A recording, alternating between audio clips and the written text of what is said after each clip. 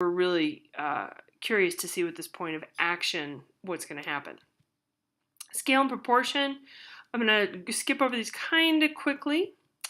This is a piece that plays with scale. It does not follow the rules of actual scale, because we all know a shovel is, 8 inches long maybe. So it's 23 feet. So this is Claes Oldenburg, very famous sculptor, makes these pieces that really play with the imagination and sense of scale. Okay, so that's the size of the piece. Sometimes things are out of scale, and that attracts our attention. In this particular case, very good illustration. Okay, there's another one for scale.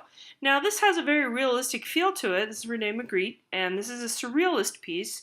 And there's a lot of other things going on in here as well that are odd. But the scale here shifts, and that is what grabs our attention, as well as many other things. But the scale of the body, it's a realistic looking form, right? But the surrealism comes in where this is a realistic form, but the scale is shifting. So that's what draws our attention to it. Okay, hierarchical scales is important. This is called a register in art, this little sort of line here, and you'll see multiple registers, mostly on sculpture and on different vessel type forms.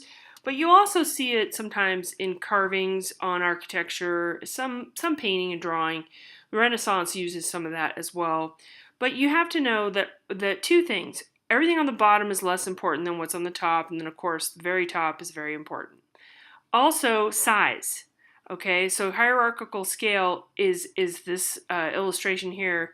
This person, emperor, is more important than this person.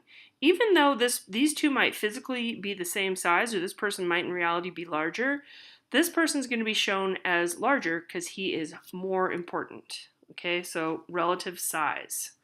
Golden section, I'm skipping over that. That's in the book, and it's very long. Rhythm and repetition. So visual rhythm depends on the repetition of accented elements, usually shapes. Okay, so in this piece by Klee, K-L-E-E, it's pronounced Clay, we have these silver sort of leaf forms repeating.